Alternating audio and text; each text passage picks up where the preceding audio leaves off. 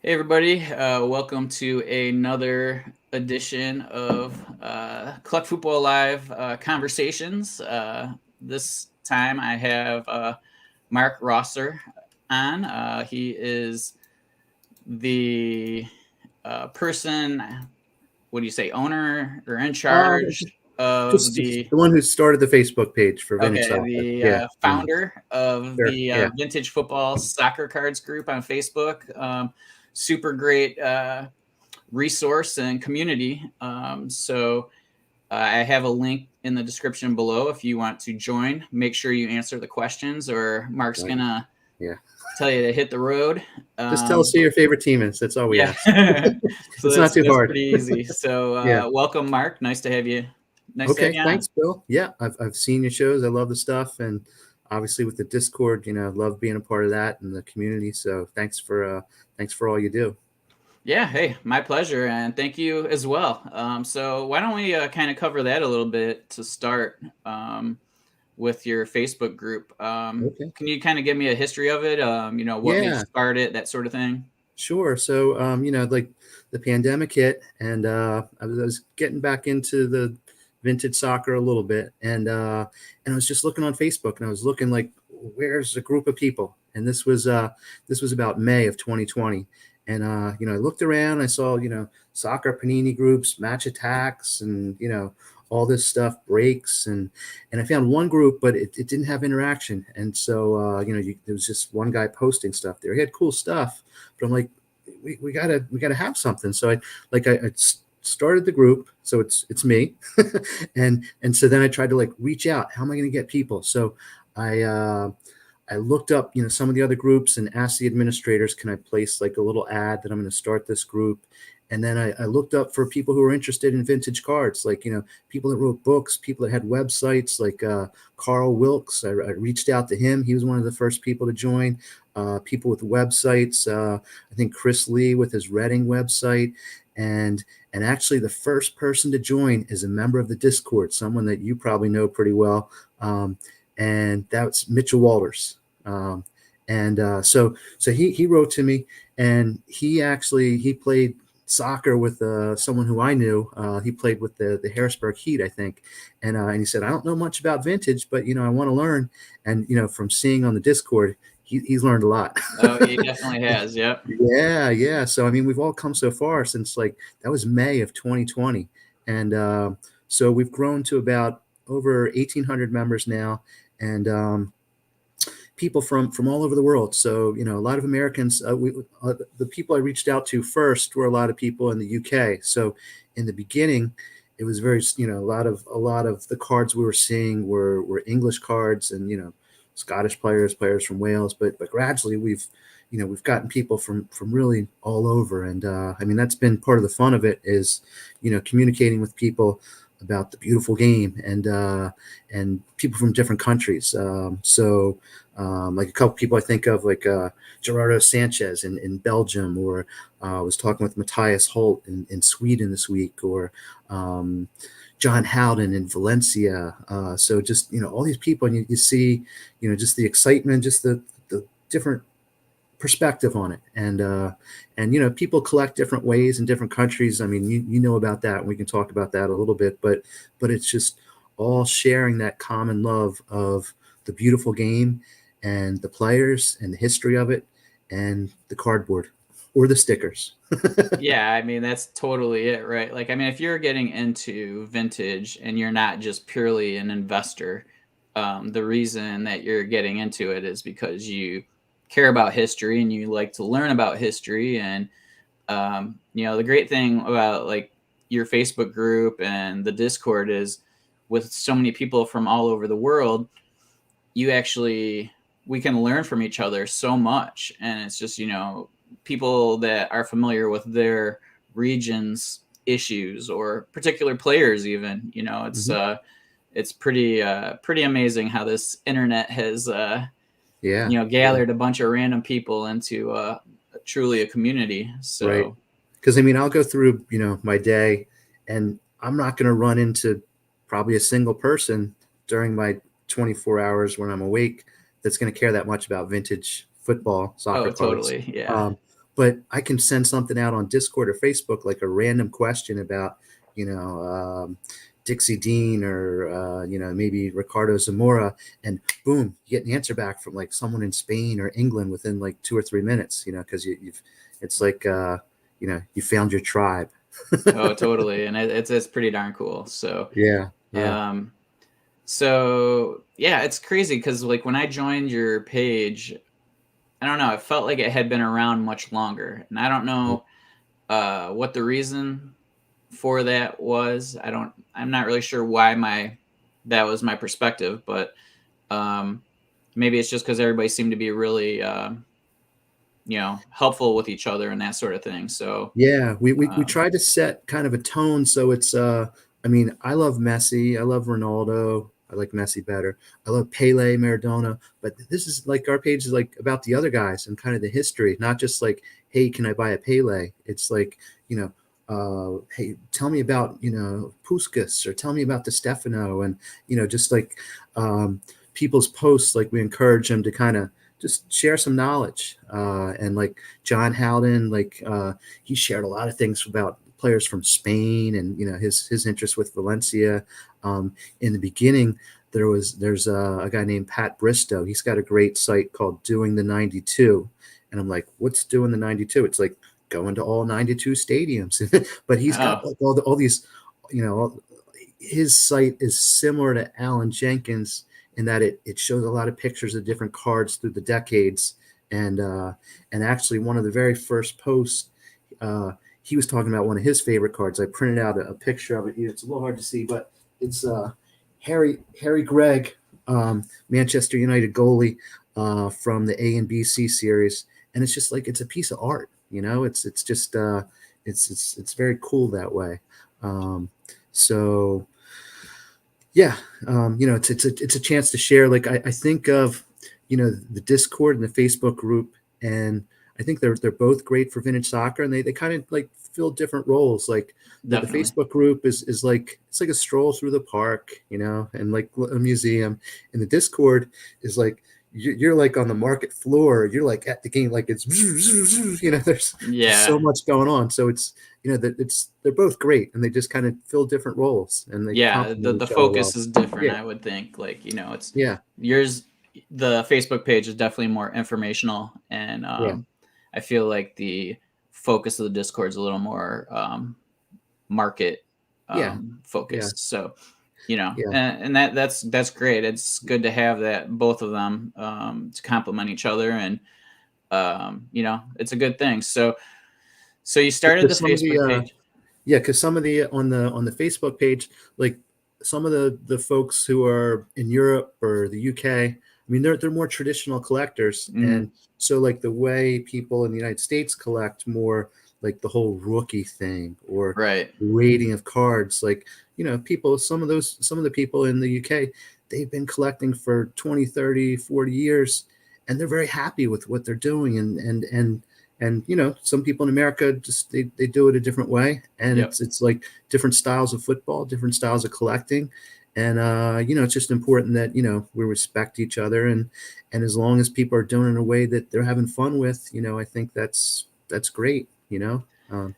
Yeah, and I mean, I totally get the perspective of longtime collectors and how like this market and this, the Americans kind of coming in and just destroying it. Like, I totally get that because we come in guns a blazing, buying everything that they've just kind of, you know, slowly collected, and Right, just things that they were trying to get but couldn't get or didn't get immediately. All of a sudden we've driven the price up ridiculously, and right, so yeah, I so can totally get some frustration on longtime collectors. yeah. But you know, it And is it's what it it's is. different There's too. Like yeah, like the way they collect a lot. There's like a lot of emphasis times on sets too. yeah, And I mean, that was when I was coming in, maybe in like early 2020, and I'm like seeing like these sets of cards from like the 1930s for like $10, and they have like all of these stars in them. I'm like, is this a typo? Like, what is yeah. like, and then you get some of them too, and they're just like in this pristine condition too. It's just It's crazy. I'm thinking like a baseball player star from the 1930s. Like it's just so much, such a Yeah, higher the price. So demand, everything is yeah, just so much higher. So yeah, yeah, it's yeah, and I think the value of each card was different. Like the value of a Dixie Dean was the same as an right, Alex James. It right, wasn't like because it was just up one card in the set kind of thing. right, So right. Yeah. but here we come in and just destroy that. But so you started that like when COVID started, but when did you kind of get back into the collecting of soccer and Right. then vintage? Sure. Yeah. So, I mean, as a kid, I collected baseball cards and football cards, basketball, and then life happens. Go off to college, get a job, and things like that, and you get busy, and so I kind of drifted away for a bit. And then I've got right here. So this is my son's soccer team. So it was at his birthday party, and I figured, what, I'm gonna get some soccer cards for the kids. And this was in 2014 with the World Cup. So got them some World Cup, the Prism cards, and I and the kids loved them, and I thought, and I kind of liked them too. I'm like, these are pretty cool cards. And then I got I figured I'd get a few other things. I started dabbling a little bit, looking around, like um, I bought a box of random World Cup cards, but then I mailed away for like a Messi Ronaldo, like the 2014. We're on the same card because I thought, Mm. like, he kind of like that, and he did, for a little bit, and then he had other interests. So they kind of reached a point where he wasn't that interested in them anymore, and I said, like, well, if they're just sitting there in your closet, you mind if I'm like move them over here, and I take a look at them? He's like, sure, go ahead. And I'd even, let me see if I got one here. I brought some cards, but well, even got like a first Pele for him too. But again, like not much of an interest. So that kind of got me back into it, and I just dabbled a little bit, just dipped my toe in the water, maybe 2014, 2015, but then around 2020, started diving in, and actually had gotten in contact with Mark McCleary, and he shared a lot of information with me and gave me a lot of advice, and he said, like, when you, because I was asking, well, how do you get the cards from overseas? He said, when you get that envelope, the mail comes with the first card coming from another country, like, it's like a little bit of a rush. And he was right, and Yeah. so I dove into England because that was easy on eBay, because the language was the same, and and then I don't know, somehow Germany seemed like it was fairly easy on eBay as well. I use Google Translate a lot, and Yeah. then diving in a little bit to Todo Colección, like if that's how you say it, was Spain, um, and then just started to dive in a few other places. So doing some research, reading some books. Like I would get the old soccer books that would tell about like soccer in the early 1900s, and get them from a used bookstore, because nobody wants these old books that are published in like 1970 talking about football and or soccer in like 1910s and 1920s. So pick them up for a couple bucks each, and just read about those players. And then some in England, they have the idea of the job lot. The job lot. Have you heard that Yes. phrase? Yeah. Yes. So the job lot. Sorry, I was just Okay, that's scrolling through okay. the comments here. Yeah, yeah. So the job lot is basically, a collection of random cards. And so, like, here's one I picked up. I was looking for the Fatty Folk and Yep. Bill Folk, and some other cards came with it too, including this guy L.R. Roos, who I'd never heard of.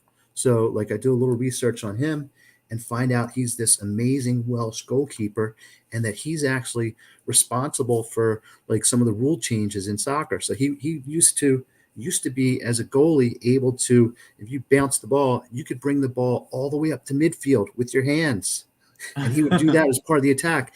And then finally, I don't know, it's probably around early 1900s, they changed the rule because of him, because of this guy, and I found that out just because of a job lot, like getting like 8 or 9 random cards from this is the Ogden's set from I think 1908. Yep. So yeah, it's fun finding out about those players. Before we started, you and I were talking a little bit about the English game too, and that came out last year as well, and that hooked me into that time period too. Like just the early players is so fascinating, and we think of like amateurs and professionals, and like if you think amateurs and professionals, you think the professionals like have the advantage, but back then in England, we saw in the English game, the amateurs like they kind of had the advantage because they were like the rich folks who had time to train and all that, and then the professionals, like those guys like from Darwin, like Fergie Suter, they're working all day, and to get the training is a little bit tougher. So I find that to be a fascinating period. Like here's this is like an example of a book I picked up, maybe $4 or $5, and it's got about all the players from that time period, and the team pictures, and it's a different time, and it's like stepping back in history. So like I love exploring that. Yeah, that's you sound very similar to me when I started rolling into the vintage soccer. It's like you most people start with England just because that's the oldest, and Right. then they work Yes. their way to the other countries, and Uh-huh. it seems like that's probably the most common roadmap Right. for collectors, I would think, if you're Right. going pre-war, Right. So, would you say that that's your PJ says he's very DJ. disappointed Oh, that you did not wear your floral shirt today, I know. I was but asking he'll get PJ. over it. Yeah, I was asking him what I should wear. I showed him 3 different Hawaiian shirts, and he picked one Oh, out for me. But it oh, was a that's little too awesome. chilly. So PJ, next time, yeah, Well, maybe thank goodness you don't have reviews on your Facebook page, or else PJ yeah, might leave one. yeah, PJ is great. Love PJ. Um, so, are you pretty? Would you say your focus for the most part is early UK? I started there, but then like seeing stuff in the Discord and the Facebook group of stuff all over, it's led me to expand a bit. So like with Germany, like I look at the stuff from Germany, and like we think about some of the great players, like Beckenbauer and Mueller, and their rookie cards, and so this is one that I really like. Like this is the album, the Sicker Verlag album, and it's like when I got it, like I'm like, wow, it's not too big, but I mean, I love this, like with the players with their teammates, so like it's great to have like a Beckenbauer rookie sticker, but I mean, here they are. Like that's his team. Those are his teammates. Like to me, that's where he should be. Like so I like the albums, and then so it's got the Beckenbauer rookie, the Mueller rookie, and then you throw in some other teams. Like let's throw in Real Madrid with a Puskas, or how about we throw in Santos with Edson Arantes do Nascimento, or Pele, or we throw in let's throw in just in the back page, maybe a Garincha too. So I mean, like I love the album, so albums I like those. So I branched out a bit. Um, so like exploring different places, like here. This one's from Czechoslovakia. So this is a Ilsa card from 1934, and it's got um, it's got Ricardo Zamora and also Kata, and then the guy in the middle. You always want to be in the middle when you're two great people, so they can't crop you out. The guy in the middle is John Langanen. I'm not sure how to pronounce it, but Langanis. But he's the referee, and he's the guy who refereed the very first World Cup final too. So he's got kind of some interesting stories too. And so, like this is kind of a cool card.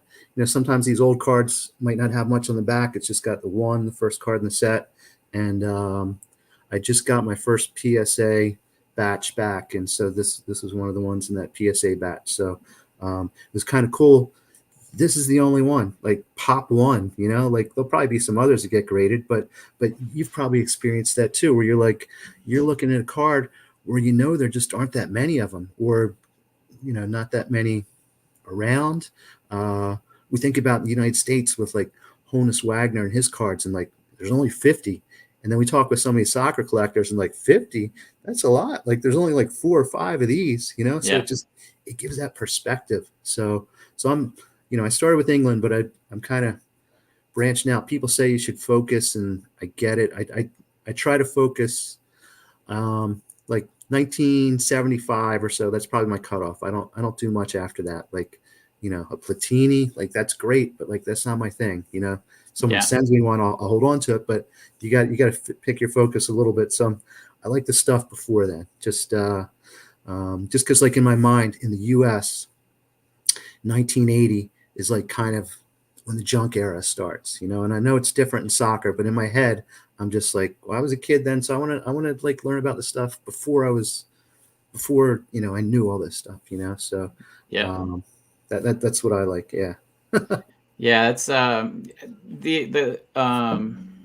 the albums are an interesting topic because a lot of people, they'll buy them and then they'll remove the big cards or stickers, and right.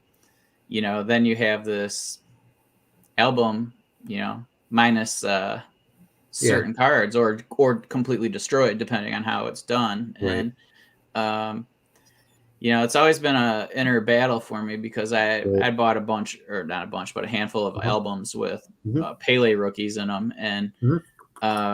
it's like, okay, well, I remove them, but I almost wonder, like, at some point, if everybody keeps doing that, aren't the albums going to be, more in demand because you have everything together? It's a complete album, and Yeah, that's how it was traditionally collected. yeah, yeah. You That's the can't mystery sell of it it as too. Yeah, easily at the moment, yeah, but long game, is it something that people will want to start collecting more? You know what I right. mean? And or Americans, like, Yeah, I mean, I think globally people enjoy the filled albums, but right, I wonder, if the money heads that way at some point, and I think it will, just because we're like all these.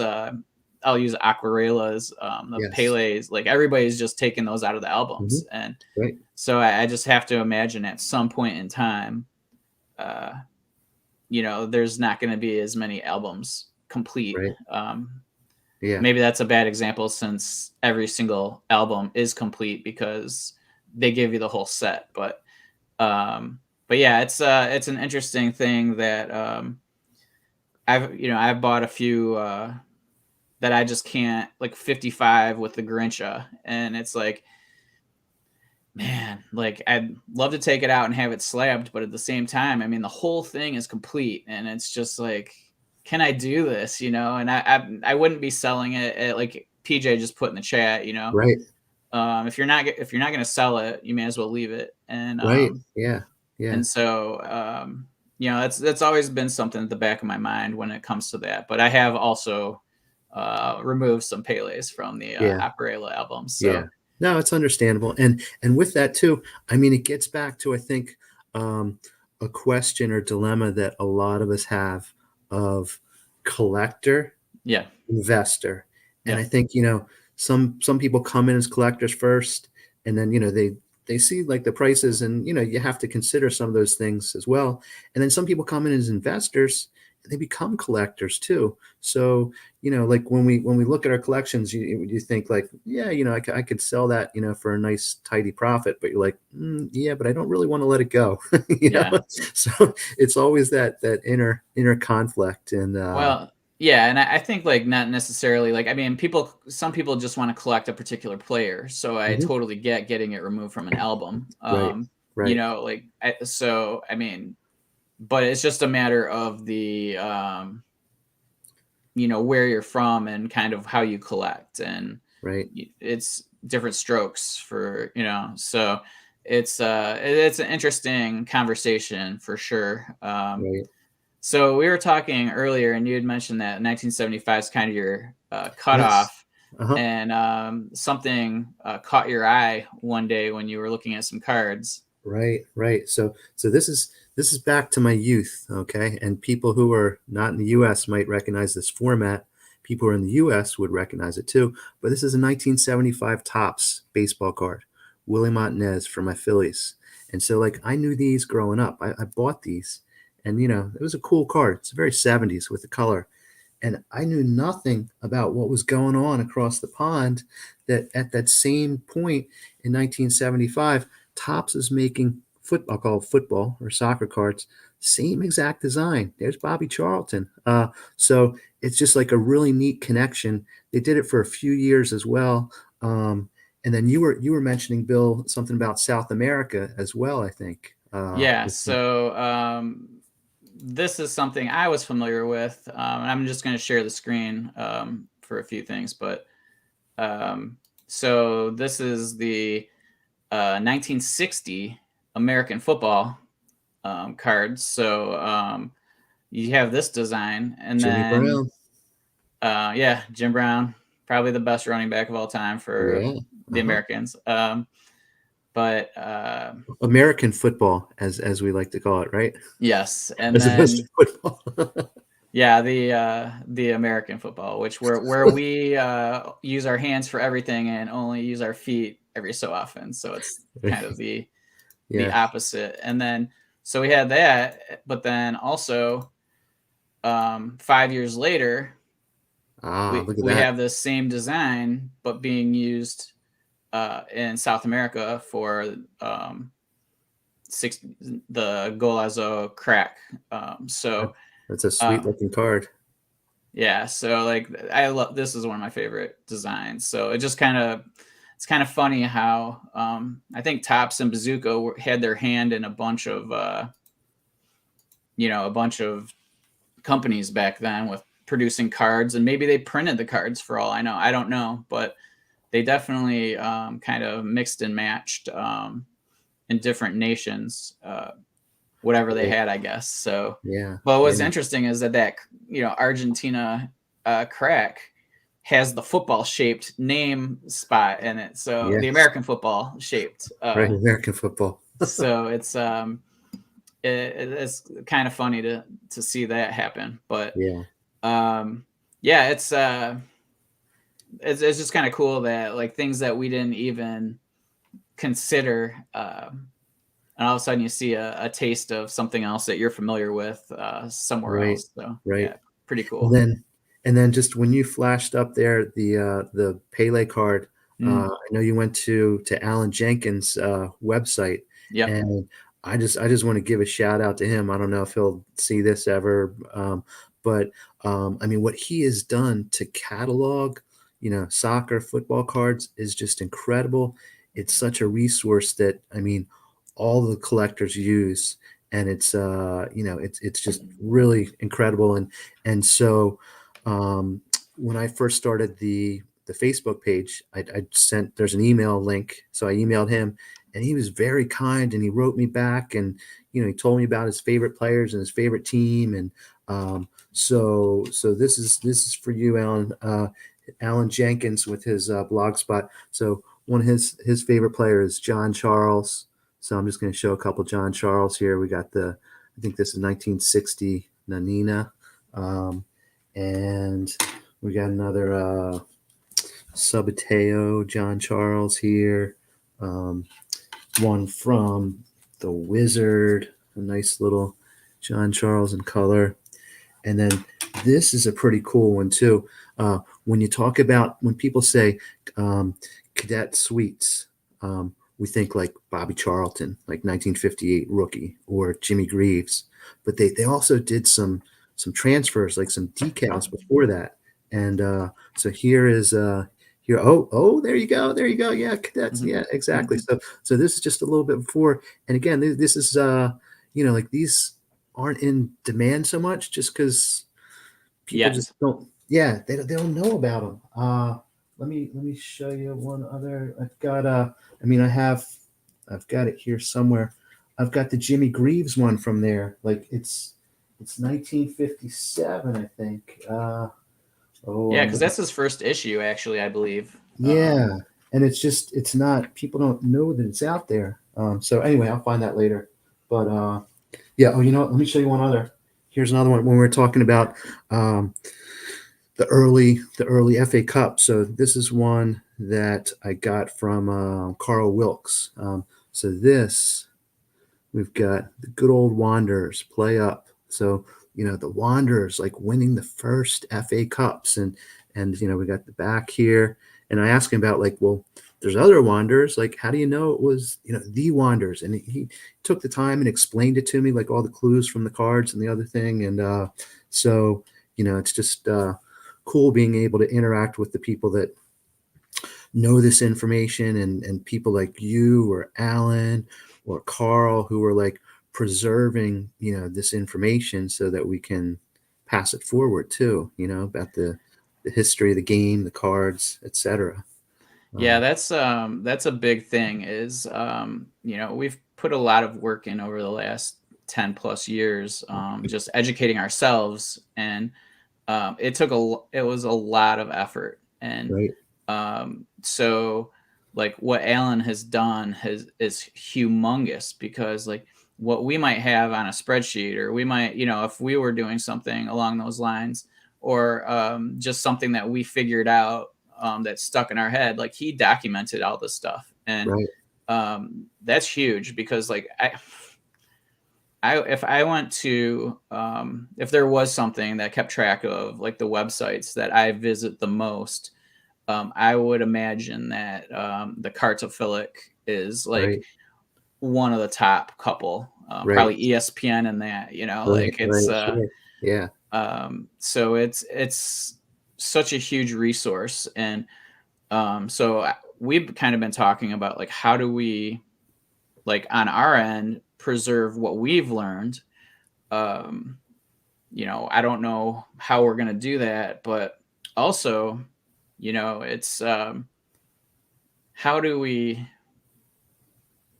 like for Allen's, like Allen's a one man show. right, right, So like how does that information continually be updated over time? right, Like how do we go about doing that, and right, or right, getting that handled? And because 50 years from now there's still going to be information that people need to put right, right, into sure, those things. So yeah, that's such an incredible resource that I hope someone in this industry can carry the torch. right.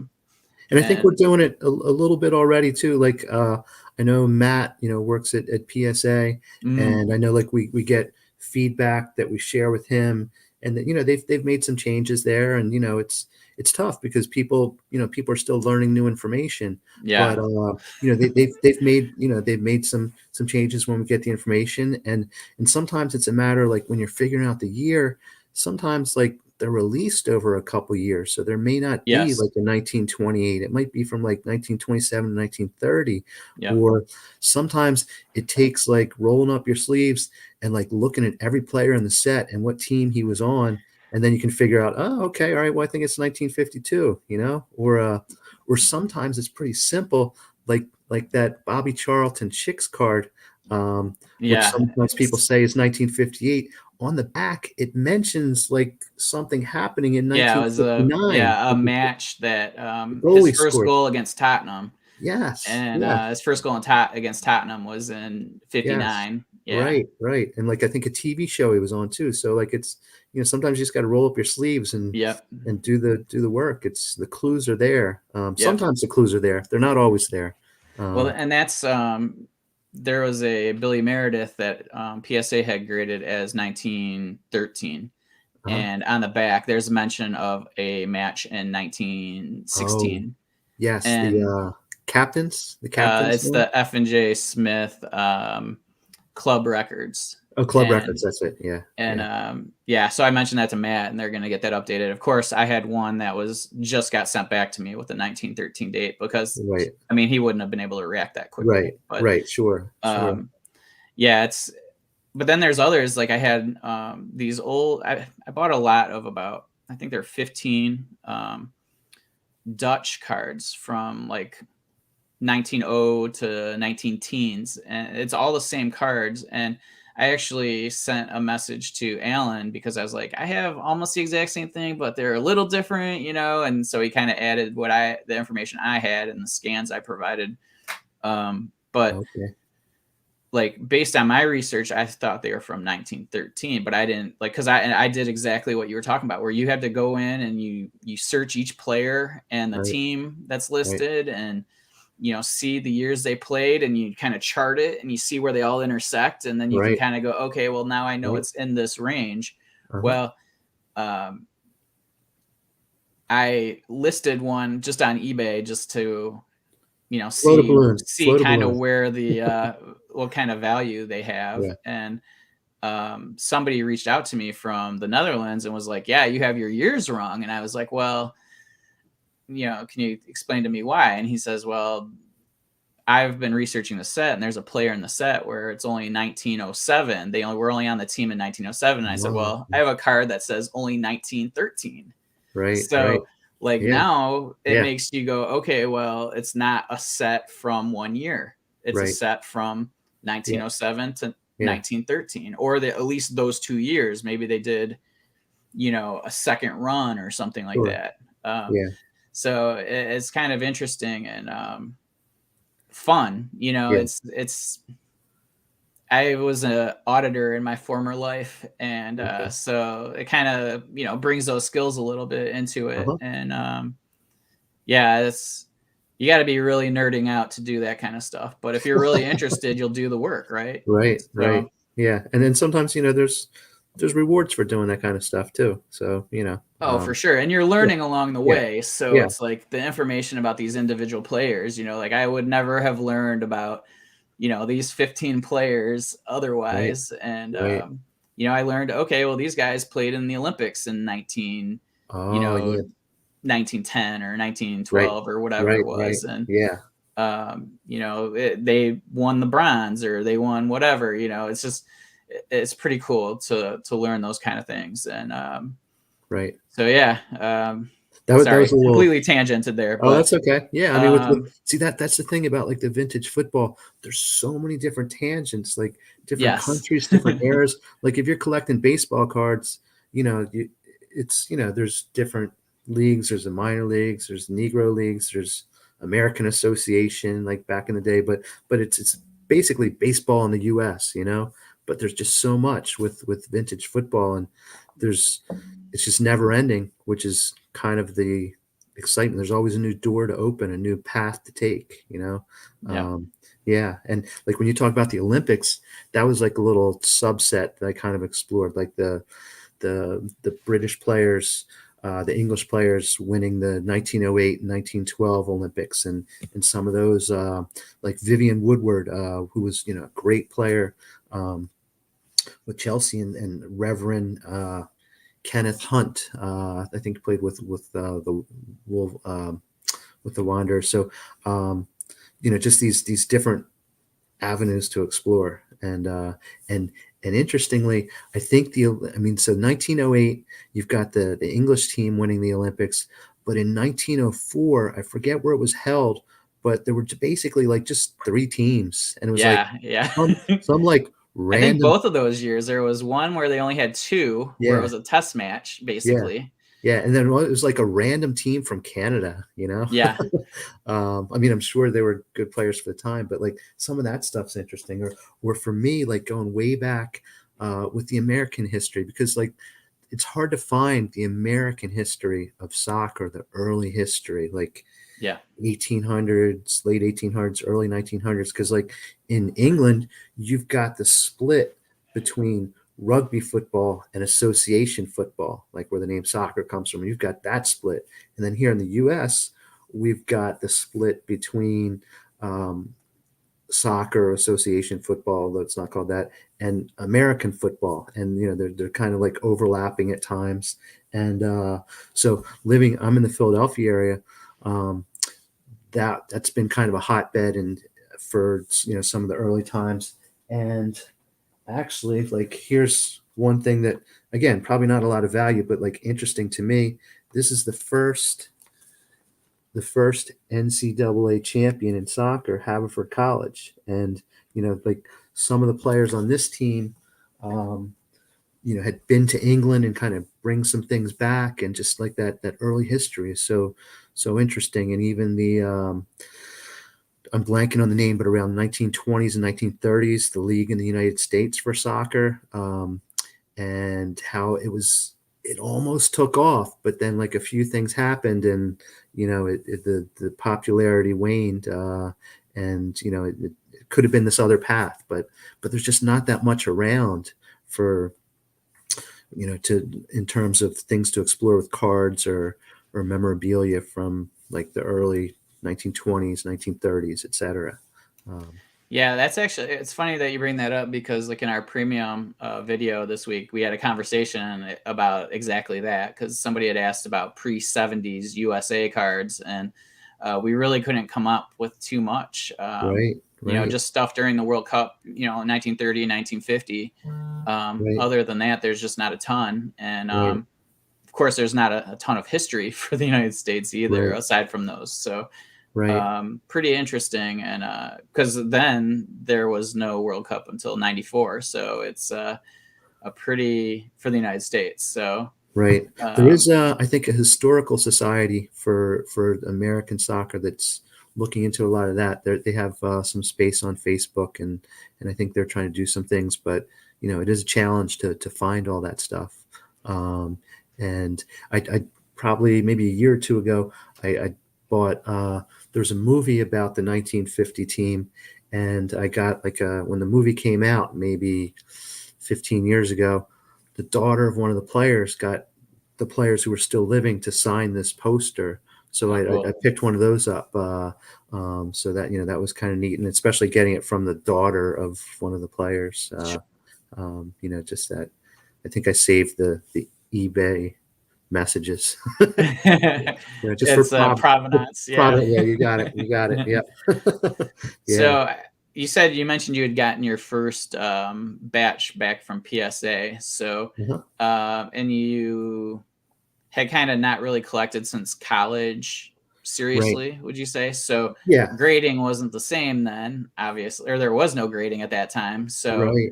Right. Um, and I remember you mentioning on the Discord when you were looking into sending in your first batch, you had never, and I think this is where it surprised me because I had thought that the Facebook page had been around much longer. Right. And like, wow, you've never sent one in, but Right. Right. so you did, and you got your returns. And so what prompted you? Was it just because you happened to see a lot of other people doing that, or Right. like, Right. what was your, I guess, motivation to get them graded? Sure. So I mean, I'd collected the baseball and football and stuff back when I was a young kid, and then it just kind of sat in a closet or somewhere. And then I'd actually maybe about 4 or 5 years ago graded some of those cards. Okay, Maybe 100 or so, something like that. So I had done that, but I hadn't graded any soccer cards, gotcha. and so this was maybe my third time grading. So I was, I knew there were a lot of pros in the Discord, people that know exactly what they're doing. So Sure, I figure it's good to ask advice from the experienced veterans. Yeah, I guess, just some of the cards that are in good condition, like if you have cards that are in good condition, then, if it is worth more because it's in good condition, then I kind of feel like if you have something that is that pristine, then maybe you take a shot at like it being pristine. I mean, it's that rarity that is created by the grading. So like if there's 100 Stanley Matthews rookies, but there's only 4 or 5 that are getting like a 9 or an 8, then even though there's 100, there's that rarity that sometimes people appreciate. And so I figured, let's just see what we have, and then with some of them, I mean, some I'll keep, some I might sell to buy other cards. sure, So um, and it's, I mean, I think different parts of the world, they value the condition differently too. I think in the United States, like condition is, valued a lot more. And when I first got back into the soccer cards, that was a little bit of the fun of it, like not having to worry about like, ooh, am I going to bend the edge of it? Because yeah, you could just, but it's a trade off. So I'd sent in some that I thought were kind of rare, and then I sent in some that maybe weren't so rare, but they were in very good condition, which might make them rare. So, maybe like Sure. some Stanley Matthews that are maybe not 1934, but they're 35 or 36, but they're in great condition. And, so I came back got some eights on some of those. And, for a card that's almost 100 years old, it's pretty good. Yeah, that's pretty. It's just super cool, and it's actually amazing how there are some highly, high graded or great condition cards from that long ago. It's Yeah, it just yeah, goes to show you certain regions cared more about preserving or right, storing than others. right. But your mention of like not caring about condition, it's kind of funny because yesterday or a couple days ago, I got this is 1954 A and BC Sander Kosis, Yes. um, Yep. and it was sent just like this. Right, right, right. Yeah, sure. Yeah, like Yeah, nothing. It was just in an yeah, envelope, and yeah. Uh-huh. so I mean, it was kind of already beaten up before I Right. or before they shipped it, so it didn't really matter. But I just The old when it PWE, right? arrived, The, yeah, oh the yeah, exactly. PWE, the plain white Yep, envelope. exactly. And that's Yeah, exactly what it was. And I actually laughed as I opened it because I was like, "What's this?" And what did I sure. buy? I couldn't remember. And then, Right, oh, right. of course. So, um, it's just culturally, it's different. People don't. Yeah, And then people will think, okay, well, I put a backboard on it, so it's okay, like a backer right, cardboard, just so right. okay, that preserves it. Well, Right, right. With the English, I mean, you get those a lot, but they seem to work pretty well. Like those envelopes that have like that cardboard there, yeah. yeah, Sometimes it's not necessary. It's just in a plain white envelope, and they put like cardboard from a right, box they had, and right, the yeah, thing's bouncing all over the place. So, right, right. You get like um, some German postcard, like to keep it yeah. straight. So it's funny culturally because they just didn't care. Like Right, that's not an important right, facet of this card. Having the card is what's important, and right. so Well, it's well, the here's one. culture shock amongst each side is kind of funny. Like when they, Yeah. but Well, here's one some of you and some of the collectors might appreciate. So I'd gotten a Beckenbauer card, maybe like 66, like I think one of those with the red shirt. And so it's a nice card, and paid a little money for it. And it makes it all the way over from Germany. And then the mailman takes it and like folds it to put it through our mail slot. All the way from Germany. So now there is a sign on our front door, please do not put mail through the mail slot. no, yeah, please just set it down and do Yeah, not just put it fold. down. We'll go and grab it. And yeah. So well, can I show maybe a couple other cards? Is that all right? Sure, Yeah, absolutely. okay.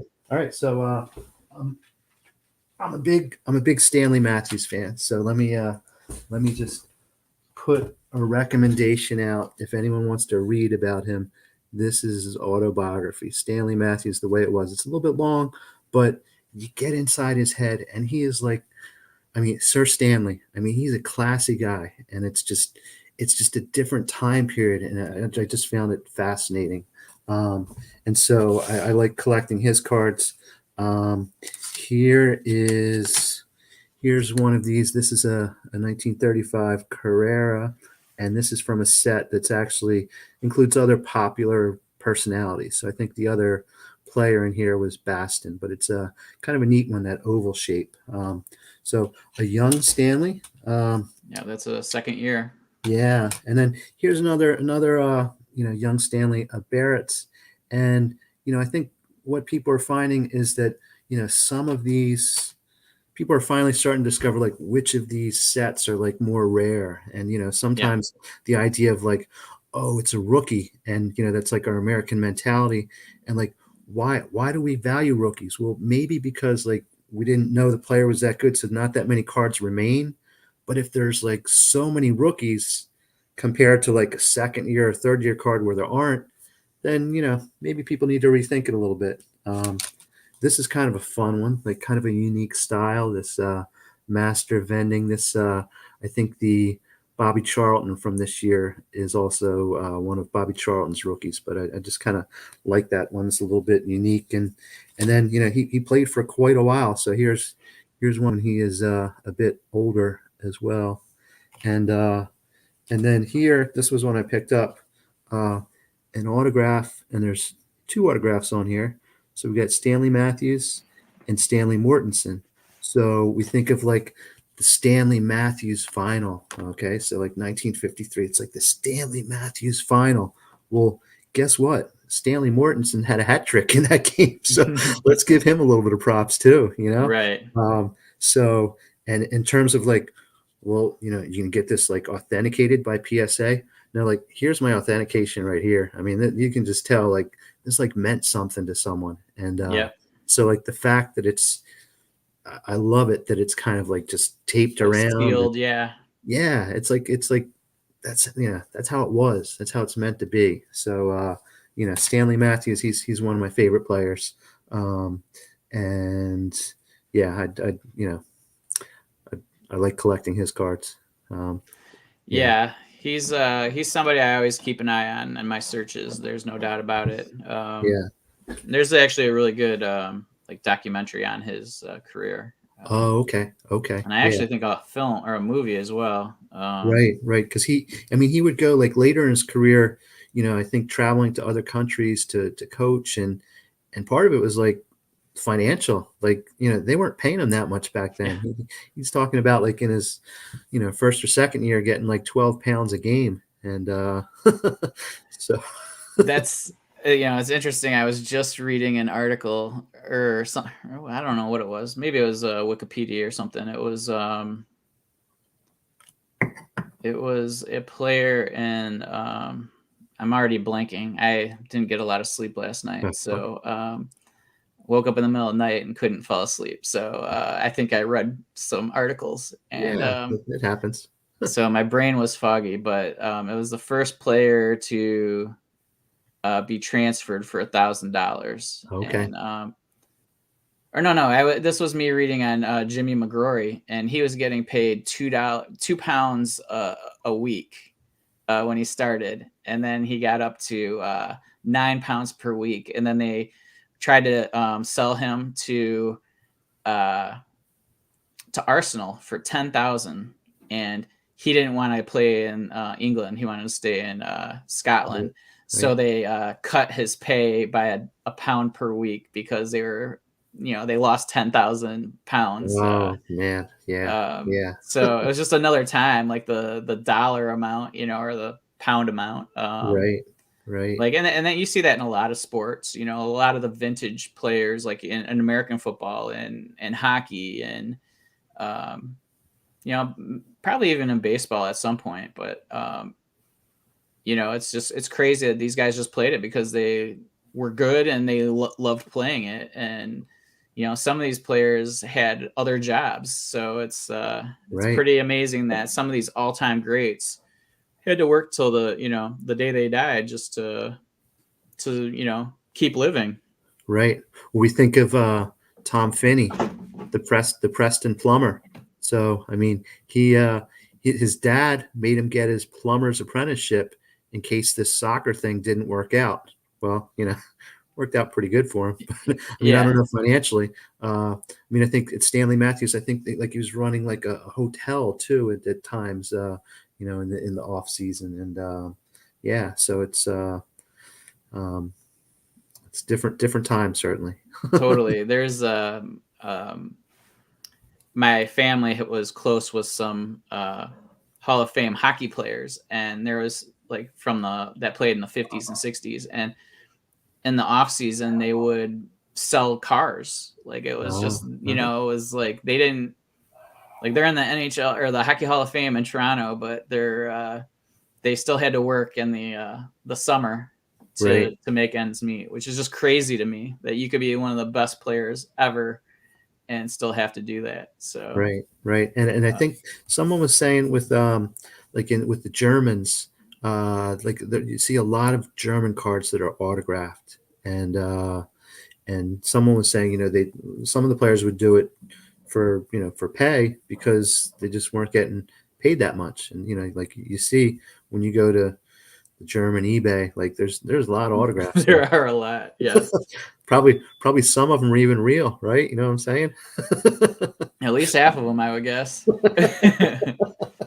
Yeah, I Oh, a mean, lot. that's hard to say, right? When there's so many, you have to think like there's a lot of them are Yeah. real, but then you gotta like, because who's gonna forge it when there's so many of them, you Right, know? right. But Yeah. Well, with the Beckenbauer, like his signature kind of evolved over time too. So he's yeah, got like a couple different ones, and I mean, you look at him, he's one of the all-time greats, and you're like, I'm gonna pick up an autograph card from him for like, less than $10, yeah, like I'll roll the dice. yeah, pretty So crazy yeah, how that is the case, and it's still the case sometimes. Like I see Bobby Moore signed cards that go for like 40 right, dollars and stuff like that. It's just crazy, right. and um, but Yeah. is there anything else you wanted to cover? Um, No, I'm just gonna show you maybe just one last thing here. This kind of is something I think is kind of neat. So here, it's just this little book, mm, and so but there we go. Stanley Matthews rookie. So this is the album, the Ardath album, and again, it's just such a neat little piece that like I wouldn't want to take that Stanley Matthews out of it. Like I've got another Stanley Matthews rookie, but it's just like some kid collected these and like took the time to put them in here.